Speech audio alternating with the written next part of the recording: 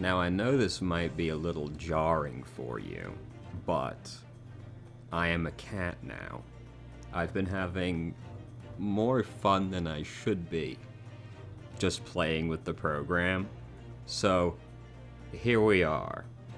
Anyway, I skipped a piece of text, I think, by accident. Gina, well done for finding this place. And in such a little time, you've really worked miracles. It's Toby here who's the miracle worker. Woof.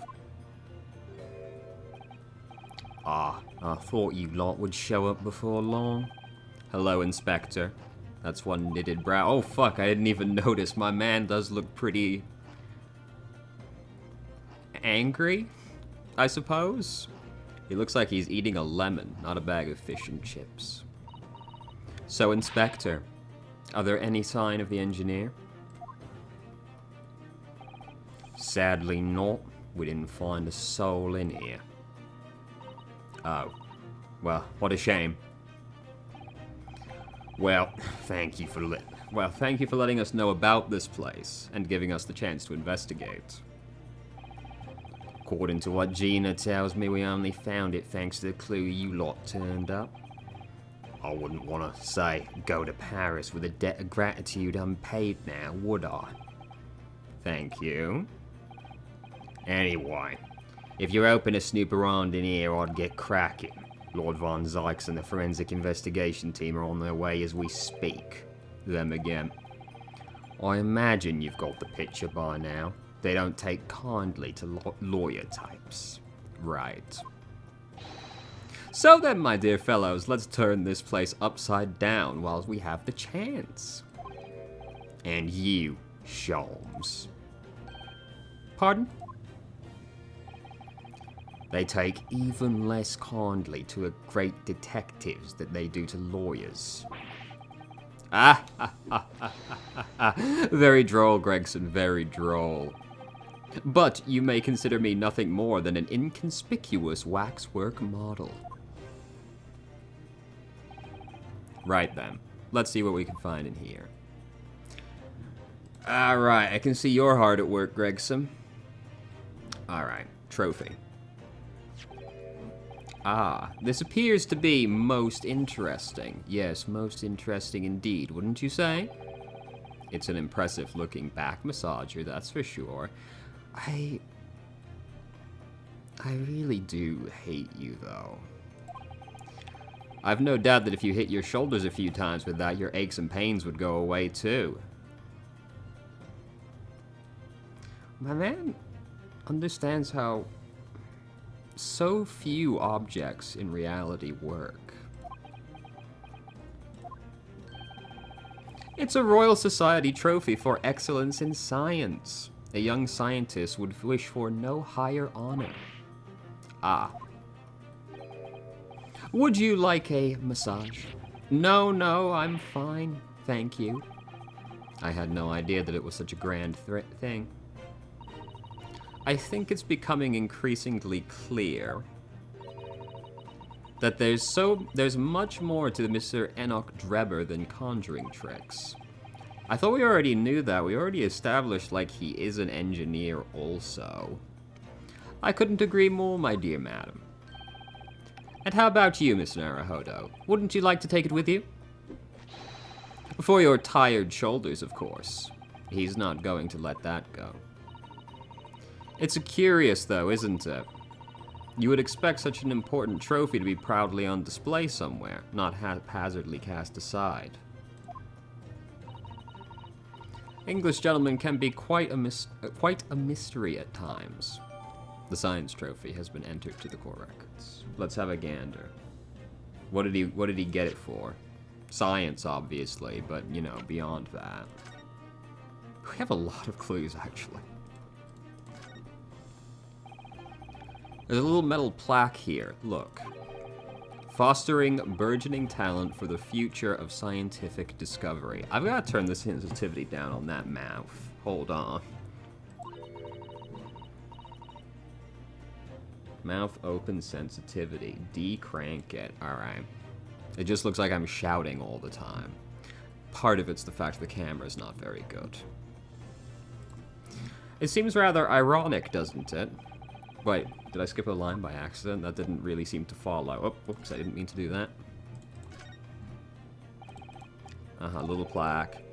First burgeoning talent for future scientific discovery. It seems rather ironic, doesn't it?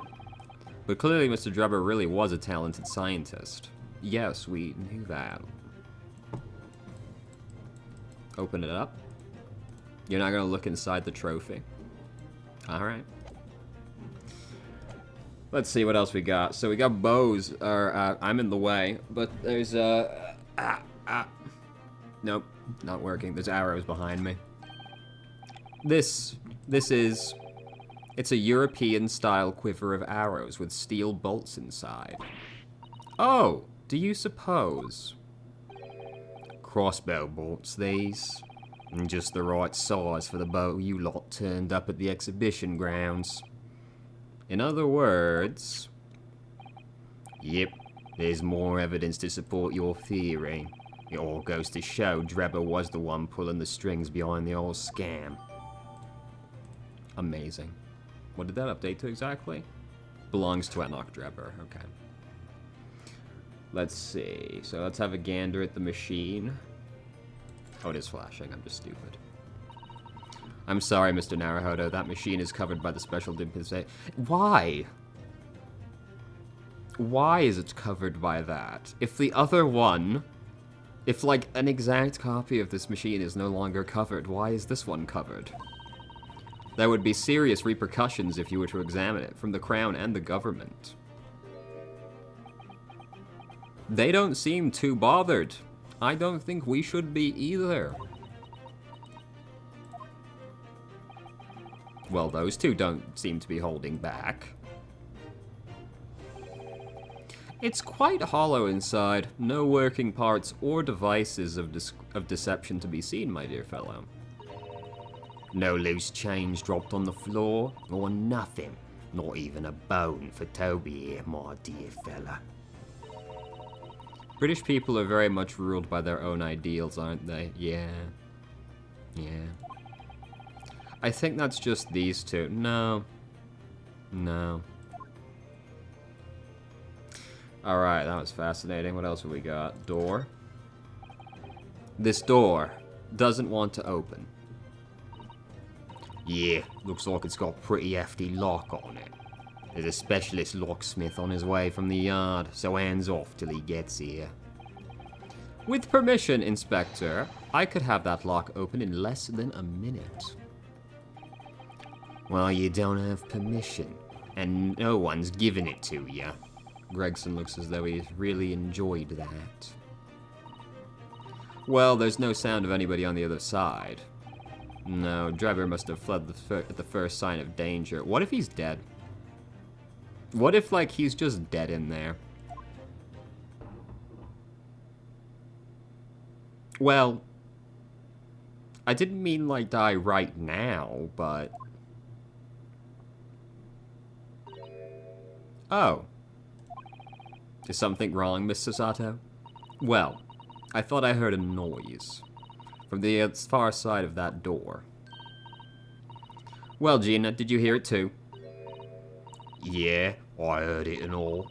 What do you reckon, Toby? Right, mind the grease. Whoever's in there, open up. This is Scotland Yard.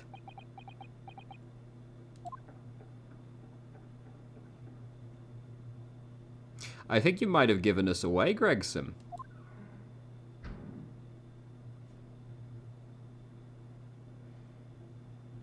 Alright. Well, they're fucking gone. Oh, my, so, well, somebody was in there, it sounded like. Well, it could be hiding, I suppose. Though if you are the kind of criminal that Enoch appears to be, I'd assume you have an escape tunnel. This rotten bleeding lock. My dear Gregson, as I said only minutes ago, if only we are countenanced, I could unlock that door in less than a minute.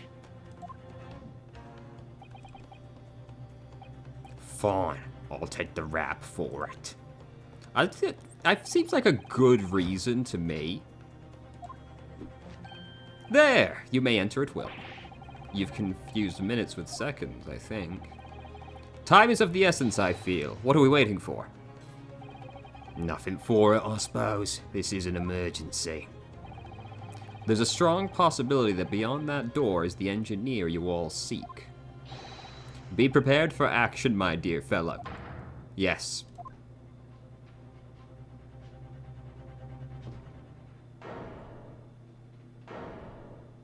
There's a bomb!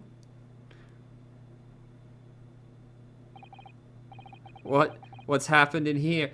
Dog, we gotta go. Why is everything upside down? It is, isn't it? Yeah, it's not just ransacked. Everything's upside down. Is the bomb upside down? Rats. There is no one in here after all. No.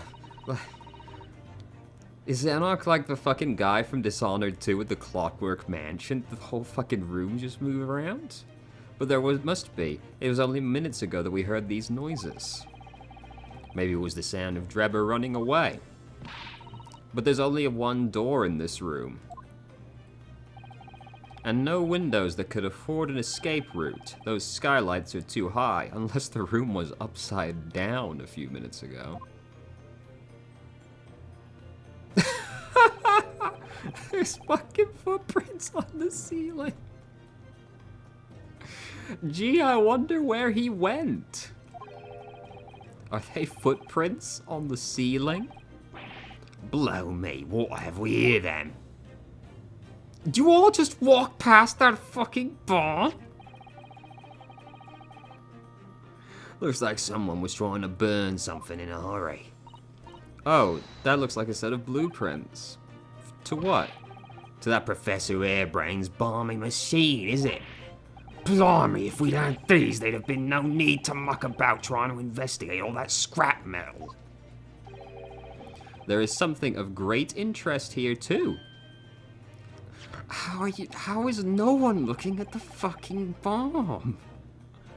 This rope was lying on the floor at the foot of that pillar. A rope?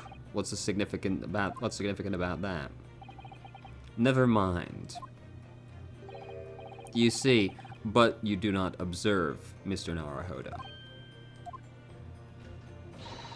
We must investigate the entire room thoroughly. How? Yes, finally. Look, a bomb. Holy shit. Someone set us up with a bomb. Sholmes, have you found something? Ah, Naruhodo, yes. In point of fact, something rather fascinating. What do you make of this? Let's see. I've never seen anything like it before. I suppose if you don't know what a bomb looks like, you wouldn't necessarily be immediately distressed.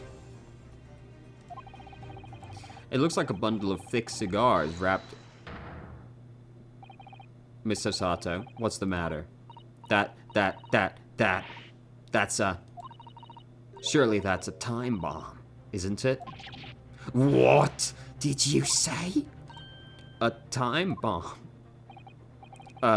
Sorry, but what's a time bomb exactly? You truly are one of a kind, Mr. Naruhodo. I won't take that as a compliment. Huh, you don't know nothing, do you, Oda? You haven't got a clue what it is either, have you, Gina? I invite you to consult a dictionary later, Mr. Naruhodo. But this particular specimen is no time bomb, though I confess it has a very similar appearance. Oh, well, thank goodness. But then, what is it?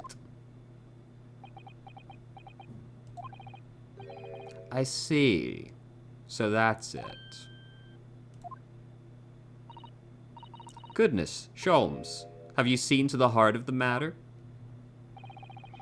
There are times when I consider my lot most unfair, for I'm fated never to know how it feels to flounder as you do when a puzzle presents itself.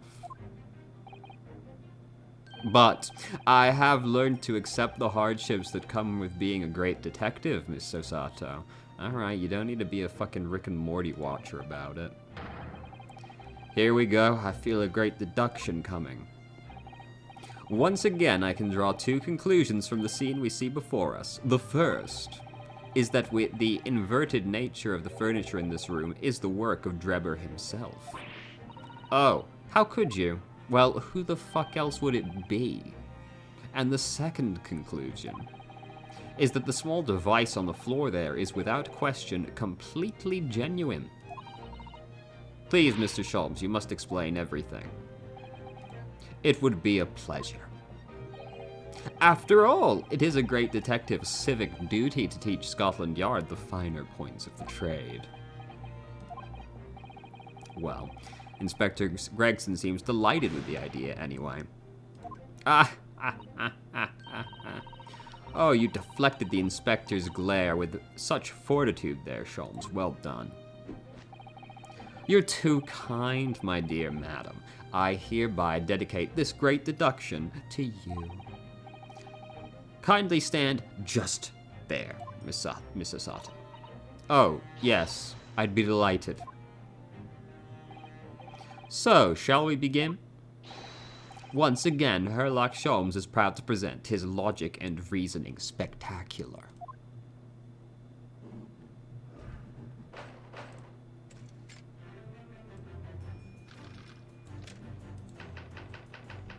Flipped furniture. It's plain to see that this room is in complete disarray. The bed, the table, and the chairs, the lamp, everything is upside down. Almost as if every item in the room had until recently been happily positioned on the ceiling, before falling straight down onto the floor. Every item in the room was on the ceiling. Are you suggesting that? Indeed, the key here is gravity. My God, he's a fucking wizard. It would appear that technology has at least succeeded in freeing us from the great pull of the Earth. For gravity in this room was reversed and then suddenly restored to normality. Goodness. The inverted furniture clearly reveals the truth about the part gravity played in this whole business. I quite understand your skepticism, Miss Sosato. I, too, was incredulous at first. However, my conviction in my analysis was cemented when I observed this. An anti-gravity device. Almost identical to one that featured in a dream of mine, only the other day, in fact.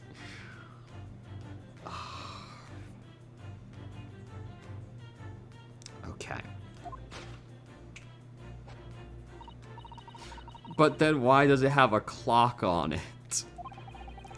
A most relevant question indeed. That is a timing device that controls when the gravity direction will switch.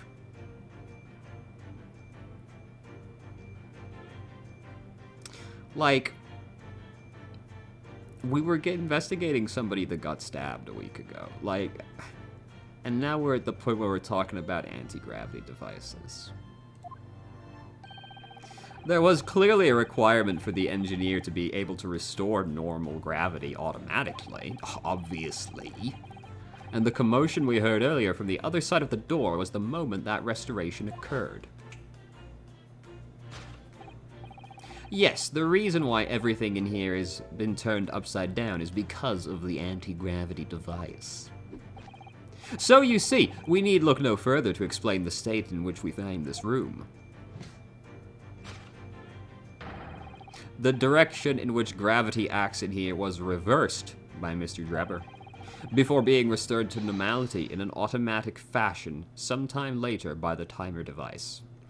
I think that it's incredible Sholmes is ready to make this kind of assertion, but he didn't think it was possible for somebody to get beamed to another location.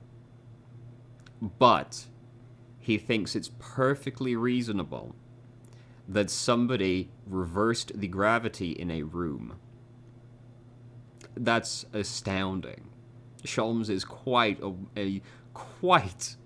the individual. I have witnessed precisely this scene in a dream I had once when I fell out of bed.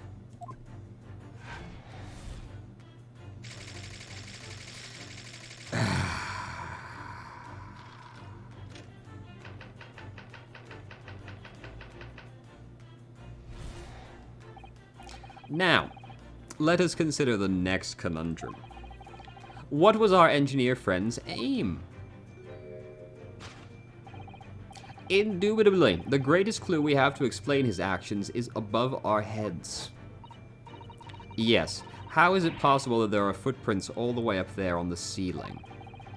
A question whose answer will lead us neatly to the truth, my dear madam. The reason there are footprints on the ceiling is because of the nearby skylight. Okay. Of course, Drebber's aim was singular, to escape. However, there is but one way into this room, excepting the skylight, that is. Ah.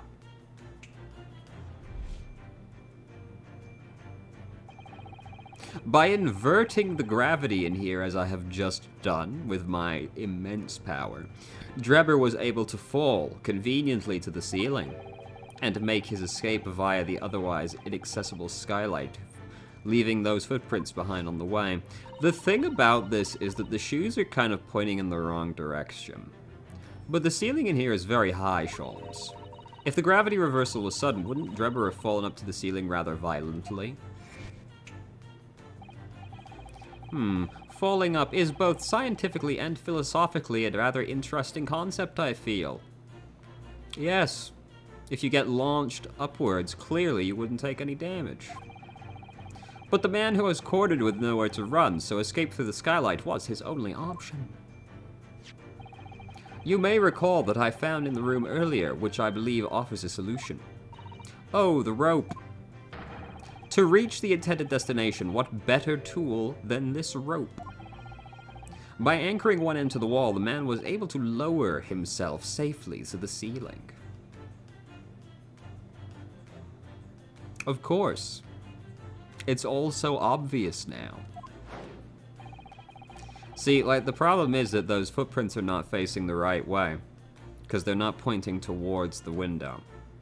So, like, if you're opening it, they'd be pointed straight at the window. My man would have to have been, like, sideways trying to open it. Which explains how Drebber was able to escape his room before our arrival. He reversed the pull of gravity and fled via the skylight. And personally, I should very much like to reverse the pull of gravity again now, just for fun. That does sound as if it would be fun.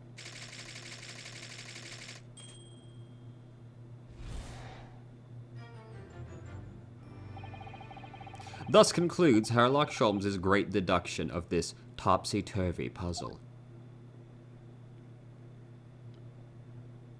Yeah. Yeah, it do be like that, don't it?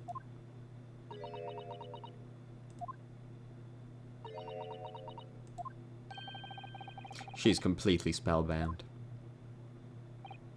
Sholmes, there's just one thing that troubles me. Only one thing? I would expect nothing less. You're destined to be troubled by just one thing for the rest of your life. The thing is such a thing actually possible? An anti-gravity device, I mean. Technically, it doesn't need to be anti-gravity. It could just be gravity reversal. Maybe that's easier. I would say that with the man's current scientific knowledge at the turn of the 20th century, it's no more possible than instantaneous kinesis. But your whole deduction hinges on it. Ah, but, my dear fellow, when you have eliminated the impossible, whatever remains must be the truth. However improbable it may seem, he said the line. Ah. It's a marvelous line, wouldn't you agree? One of my more endearing pearls of wisdom. I had Iris come up with the exact phrasing. My original was clumsy. Yes, I have a feeling I've read it in something Sensato lent me once. Actually, there is one thing, Sholmes. Ah, the spell's broken. The rope you found on the floor was on the floor, wasn't it? Indeed it was, in lonely coils near the wall. But if Drebber had used it to escape in the way you described, wouldn't it still be tied to the wall? That's an excellent point.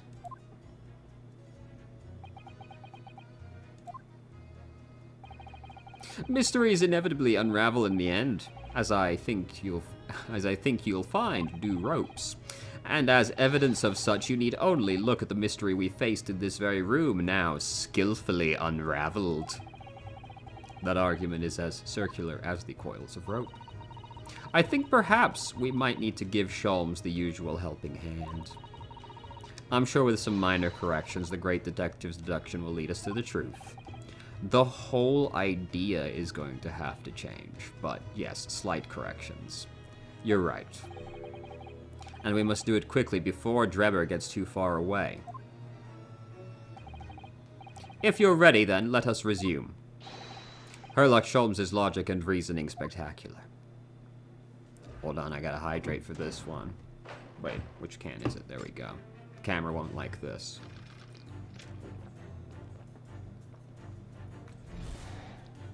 Usually, I get very small and fly away. Instead, I just looked as if I was possessed. It's playing, yep,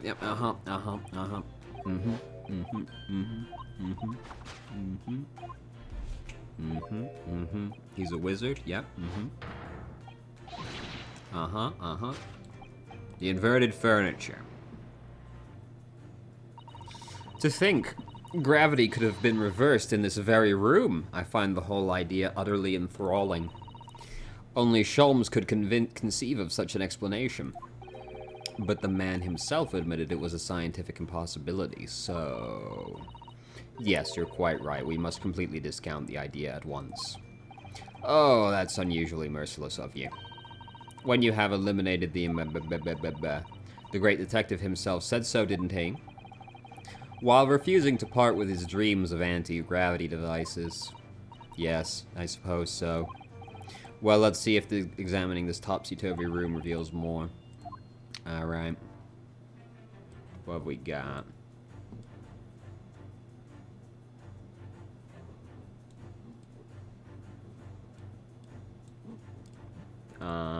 These? That's pretty fastened in there, isn't it?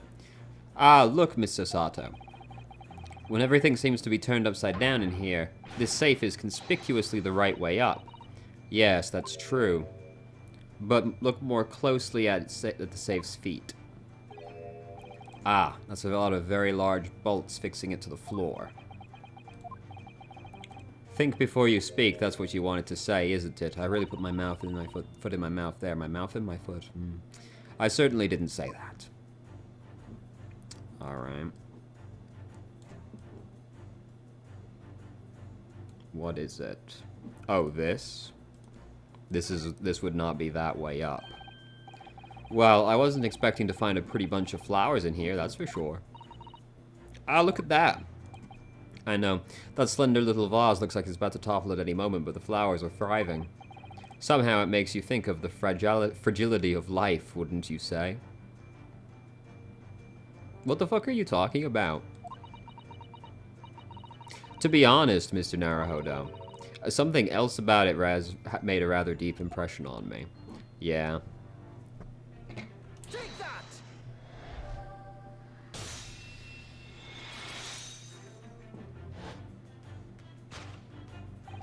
The upright vase clearly reveals the truth about the part gravity played in this whole business.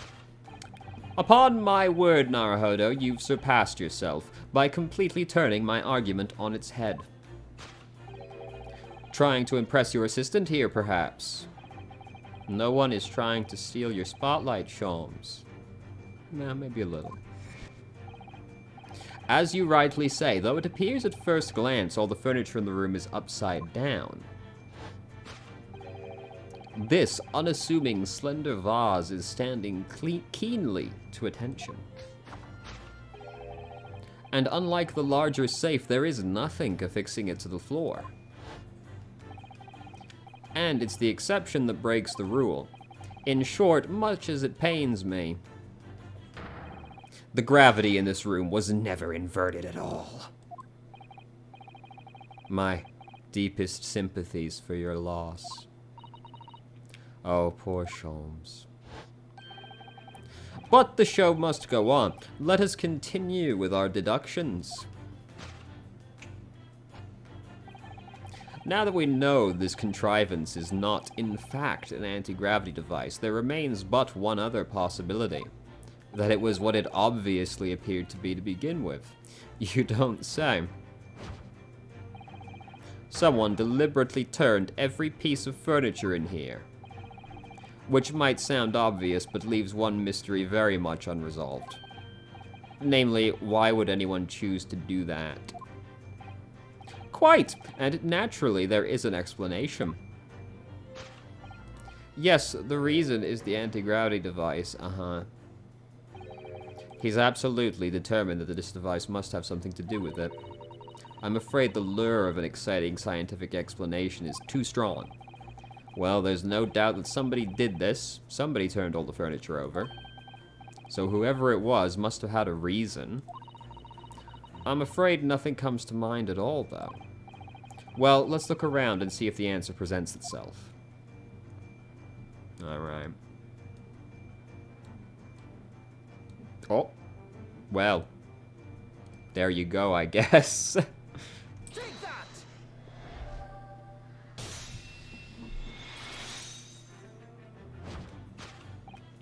Yes, the reason why everything in here has been turned upside down is because of the safe combination. This is perhaps the least secure way you could possibly store your password. Like, it's not even on a slip of paper. No, no, no.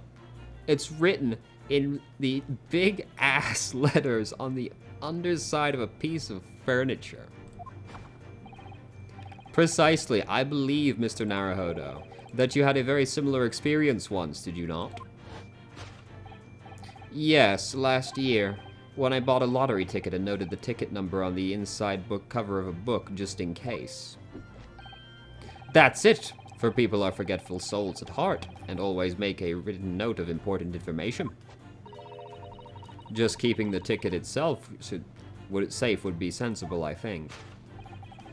And what, pray, happened next, Mr. Naruhodo?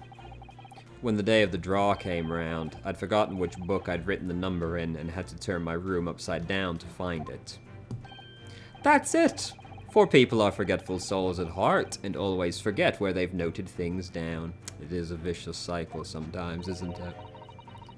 Not if you always note things in the same place. I actually won the second prize, you know. But I couldn't remember which magazine I'd slipped the ticket into. Thank you, Mr. Naruhodo, but I believe I've proved my point. Which is that a very similar scenario has clearly unfolded in this room. Finding himself requiring access to the safe, the occupant of this room needed the combination code. He remembered that he'd written it on the underside of a piece of furniture, but forgotten which one. This seems as if it should be incredibly hard to forget. Like, I can understand forgetting where you put a piece of paper. But, like, you had to either turn the piece of furniture over for this, or crawl under it to write it. Either way, it seems as if it should have been enough effort that you'd remember.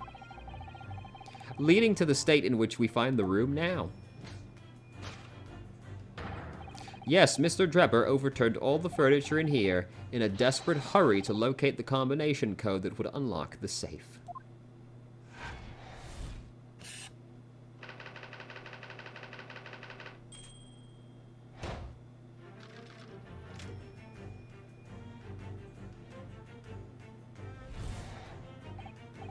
Now, let us consider the next conundrum.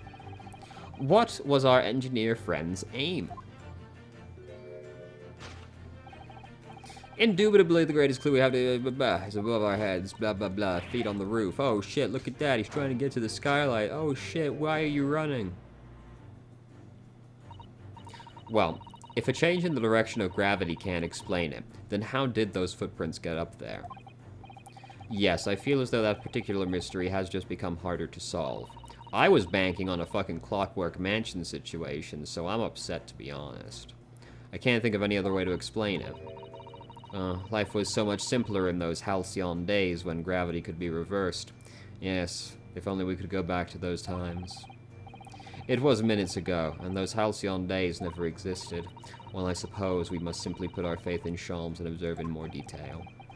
Putting our faith in Sholmes is what brought us into this situation. Bruh? Why are they... Oh, the shoe is here! Oh, shit! It's hard to believe, but... there's a shoe up there. Look. Oh, yes, and there are more footprints on this little balloon, too. Perhaps the shoe was thrown up there and became lodged, do you think? If so, then judging from the number of footprints, it must have been thrown up several times. What the fuck was he doing? Why would anyone be throwing shoes up to the ceiling? Oh dear, that's beyond me, I'm afraid. I mean, I guess we're putting the shoe in, right? Like, what if... Like... Okay. What the fuck was he doing, though? The reason there are footprints on the ceiling is because of the nearby shoe. Which sounds amazing, actually. The reason there's footprints is because there was a shoe there. Yeah, you know, that's a pretty standard reason. And on closer inspection, there are clearly footprints all over the balloon as well. In other words, the aim was never the skylight at all, but the balloon. But for what purpose? A green balloon. Seems a somewhat familiar data. Ah. It was a piece of green balloon envelope that Mr. Naruhodo and Iris found. And inside the green balloon that Master Gotts claims he saw above the stage on the night the incident occurred, the day the incident occurred, was the second birdcage, the crux of the whole instantaneous kinesis deception. You mean to say... If we assume the balloon in here is a model of the one used on the day, there is a strong possibility something may be concealed inside it. Something our absconder was desperate to retrieve before making a hasty getaway. But the balloon's out of reach, hence why he resorted to a projectile, namely the shoe. Ah. Most probably, Drebber intended to tear a hole in the envelope by assailing it with the shoe. However, his efforts were thwarted when the shoe itself became a prisoner of those lofty heights, and there was clearly nothing else in the room that could have been used. Oh dear, we desperately need to examine that balloon. If only there was some way we could see inside. You may recall that I found this in the room earlier, which I believe offers a solution. Oh, the rope! To reach the intended destination, what better tool than this rope? Sholmes has managed to bring the deduction back to the rope. Alright, I have to admit, that was clever. So we just throw the rope up to the balloon and pull it down to the ground, which is much easier said than done, I feel. And it could take us a very long time as well. It's like not actually that high up, guys. I feel like absolute worst case we could have Sosato stand on someone's shoulders. And we already have one, don't we? Yes. Let's shoot it with the fucking crossbow, dude. Take that!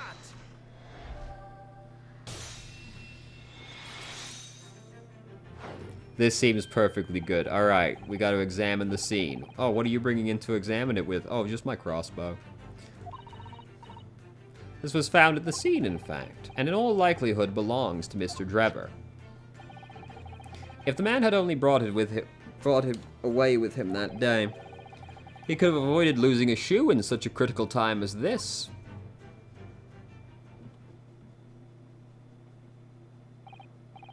So, shall we? Your curiosity is deeply stirred, no doubt, my dear fellows. What is it that Enoch Drebber has hidden inside that balloon?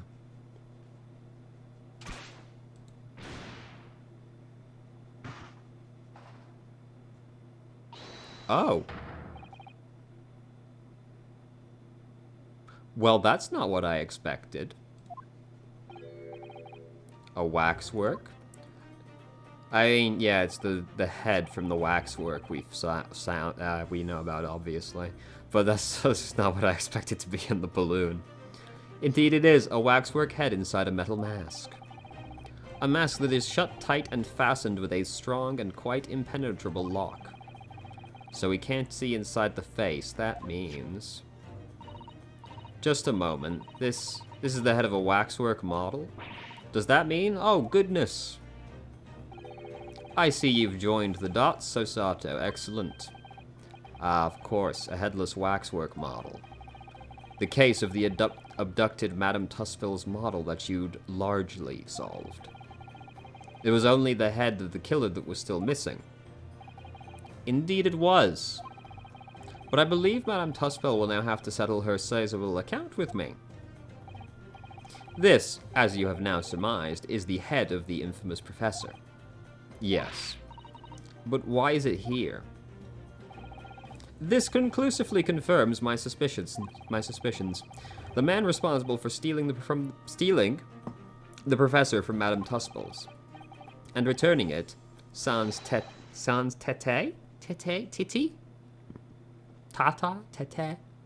earlier today, was none other than Enoch Drebber. This is incredible. Professor Harebrain's case and the waxwork abduction are. They're inextricably linked by Drebber's workshop. Literally nothing we interact with isn't linked in some way.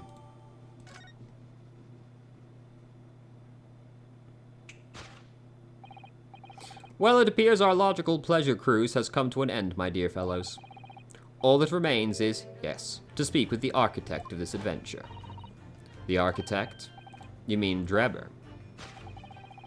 As it seems quite impossible he escaped via one of the skylights, obviously the man must still be here in the room.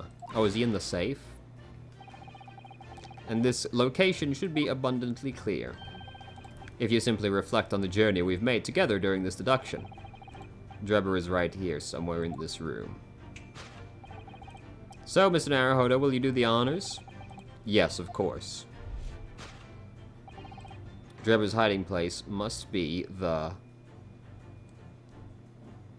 It's gotta be the safe, right? Where else could it be? Which doesn't seem like a great idea, if you ask me, but... Take that! Like, how is he gonna get himself out if we didn't find him? Before we gained access to this back room, we heard noises from in here. Which tells us that the engineer was still in the building at that point in time. He was, in fact, searching for the combination to his safe. And pressed for time, made no attempt to right the furniture that he'd overturned. From which we can deduce that his search for the combination happened very recently. In summary, Mr. Enoch Drebber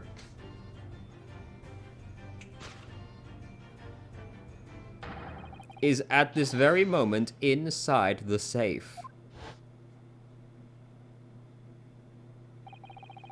Thus concludes Sherlock Holmes' great deduction of this topsy-turvy puzzle.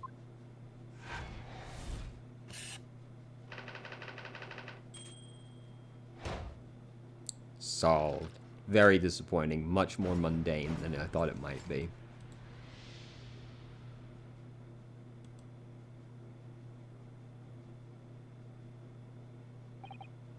So, Mr. Naruhodo, I think perhaps it's time we ended this game of hide-and-seek, don't you? By opening the safe, you mean? What else? Let's see. Combination was 1, 4, 3, 2, 5, 8, 2.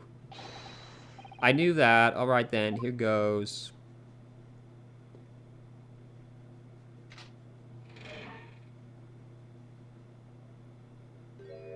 You look uncomfortable. You found me.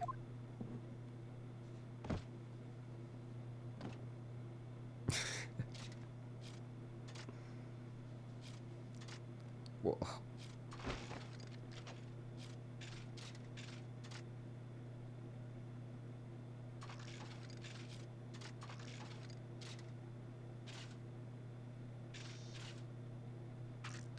What the fuck are you doing? What the fuck was that? Right then, sir. Mr. Enoch Drebber, I presume. Correct. You'd better start talking. You tricked Professor Hairbrain with that bogus machine. Dude, I love your hand. And you shall have to explain the theft of the waxwork. Whilst I would be delighted to answer your many questions,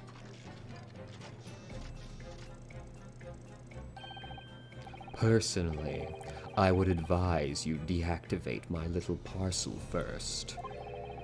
Deactivate your parcel?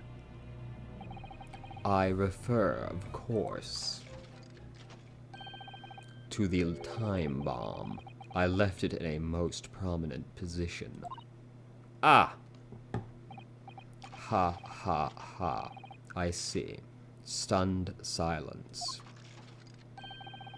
You're all gearing up to die with me, then. No!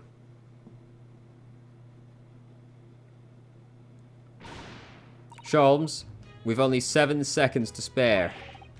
That was too close for comfort. I've already got one foot in the grave. Are you trying to get us a killer or get us killed? Sholmes' deductions can be completely life-altering, can't they? Well, my dear fellows, that was a close shave. The resemblance to an anti-gravity device is really quite startling, I must say. Okay. Anti-gravity devices don't exist. Whew, I wouldn't push it. Alright, let's have a chat. What happened? What on earth happened in here? You found me, haven't you? No need to screw me down any further. Everything in here is precisely what it seems. Yeah, we'll be giving it a thorough going over. Don't you worry, Drebber. What fails to click with me is how you were able to locate my workshop. That I was not expecting. When I heard whistling from the other room, I knew it. It was time to bolt. Whistling? Ah, that would have been me. Oh. For some reason, I work in fine fettle today. I woke in fine fettle. No words, just tightly squeezed chips. Clearly, I must have a screw loose, as I couldn't remember the combination for the safe. And another one loose, as I couldn't remember on which piece of furniture I'd written it down. We also found a rope by the wall. Yes, I had hoped to exit the skylight, but sadly the rope was too short. So, I then set about searching for the combination code to open the safe. Don't ask me how I planned to get out again, I hadn't thought that far ahead, to be honest. And burning the incriminating blueprints, don't forget. Regrettably, though, you failed to retrieve the head from the balloon among the rafters. And after that, you hid yourself inside the safe? Having first set this parcel ticking? Well, I had no intention of being nailed by the police.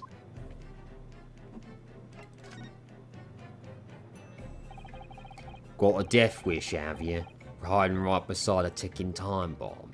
Well, unlike us, he would have been behind a few inches of metal. Please, Why do you suppose I chose to hid inside the safe? It's no ordinary safe. It's specially designed. A dynamite explosion wouldn't leave a scratch on it. So in fact, the safe was the only safe place. Precisely. But once you'd climbed inside, you wouldn't have been able to get back out again. I invite you to look more closely.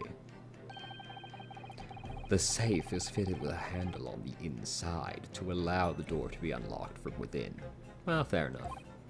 Ah, so it is. I had always intended to blow the place to smithereens in any case. I just wasn't expecting uninvited guests to come along and screw up my plans. Do you mean to say you were planning to blow us all up? How have you only just realized that? No, that was unforeseen. What do you mean?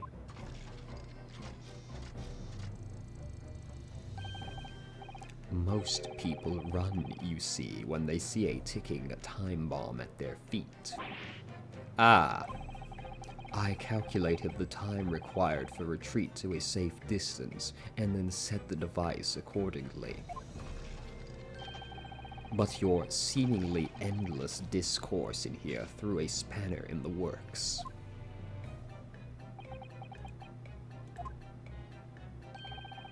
Is something wrong, Gregson?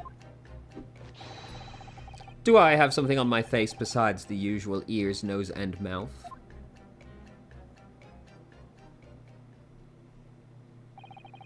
I think we have a fairly good idea of what's been going on here now. But what about the two incidents you evidently have been involved in recently? Professor Harebrain's instantaneous kinesis experiment at the Great Exhibition. And the waxwork model you stole, which his head belongs to. That's no ordinary head, you know. That's the head of the Professor. Clad in a mask with a lock so strong, I'm unable to open it to safely reveal the killer's identity. Matt, you open it up and it's just a fucking default texture underneath. That's enough. What's going on here, Gregson? I'm sure you're aware that I have sole jurisdiction to investigate here. Yes, well. Dr. Scythe again. So the forensic team are here. And you know full well this engineer is a key witness. Why are you allowing this lawyer access to him? If Lord Strongheart knew of this, you'd be finished. You lot, leave at once. My dear madam, there's no need for such a threatening tone, I assure you. After all, that's no way to greet an old acquaintance, is it, Dr. Scythe? Hello, Sholmes. Mr. Sholmes knows Scythe. He knows like everybody. If it's protecting the machine next door that's causing such a sour expression on your face, you're quite misguided. It's really nothing more than a Get out. But of course, we'll show ourselves to the door. I see you haven't softened at all. Mr. Naruhodo? Yes. It would appear our delightfully entertaining investigations have run their course for today. But Sholmes, let's leave this place in the doctor's capable hands. I said get out now, all of you. Your presence here is not required either, Gregson. Understood. Well, I'll just say one thing before I head off. If it wasn't for this lawyer and his companions, we'd never have found this place, and this whole workshop would have been blown to bits. There was a time bomb set near that this lot disarmed. Inspector.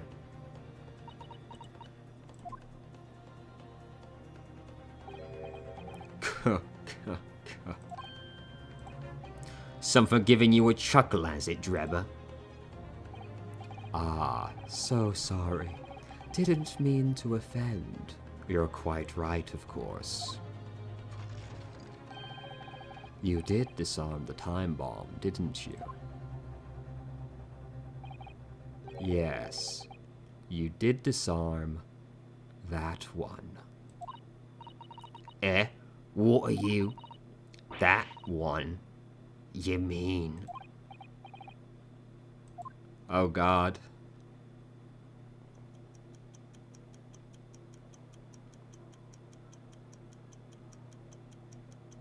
Oh. Oh no!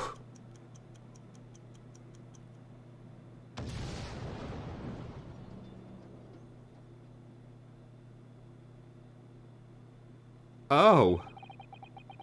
It was an hour later that we heard the news of the enormous explosion that ripped through the experimentation stage at the Great Exhibition. Jesus Christ! Professor Harebrain's invention and all its secrets were blown away forever.